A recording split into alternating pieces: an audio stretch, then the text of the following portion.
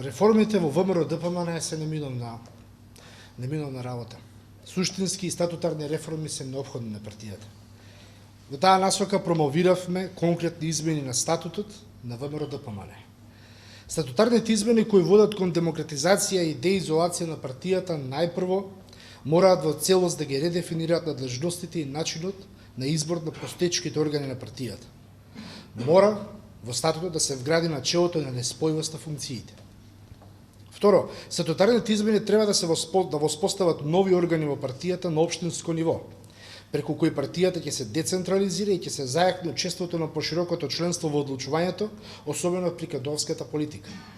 И трето, измените на статутот треба да ја вратат вистинската улога на Централниот комитет на партијата, како представнички орган на поширокото членство, кој е гласот на членството.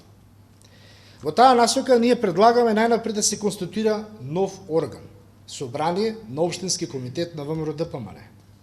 Собранието на Општинскиот комитет ќе биде составено од непосредно избрани представници на комитетите на избирачки места, местните комитети од страна на членовите на партијата, како и од представници на стручните комисии на општинските комитети.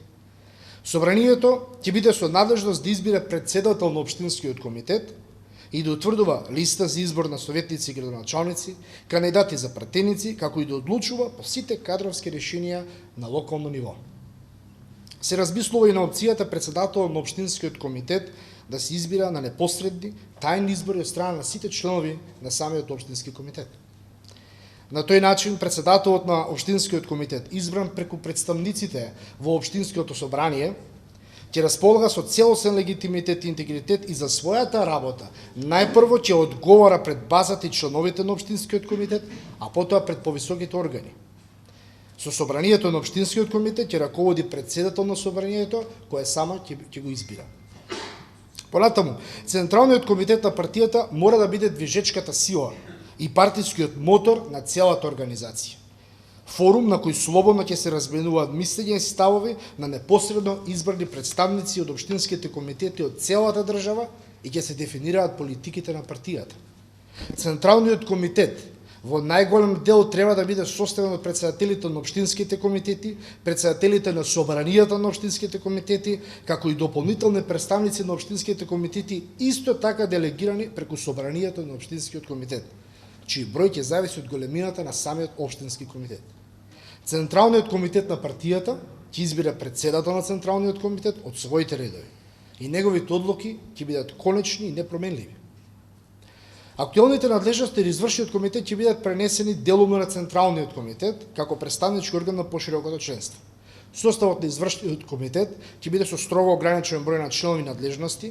Истиот повеќе нема да има можност директно или индиректно да предлага или потврдува членови на Централниот комитет, ниту ќе има можност да влие врз изборот на претседатели на општинските комитети или општинските собранија или други партиски функционери во униите, советите или другите тела на партијата.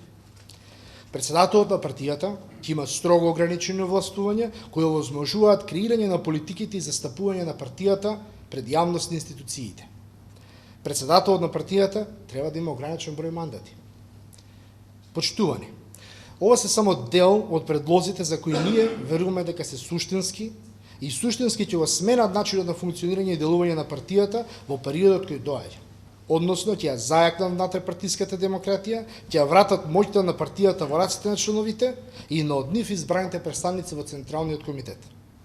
Сакам уште еднаш јавно да ги поканиме сите заинтересирани членови на партијата активно да се вклучат со своји предлози во дефинирање на статутарните измени со единствена цел – демократско ВМРО ДПМН за демократска Македонија.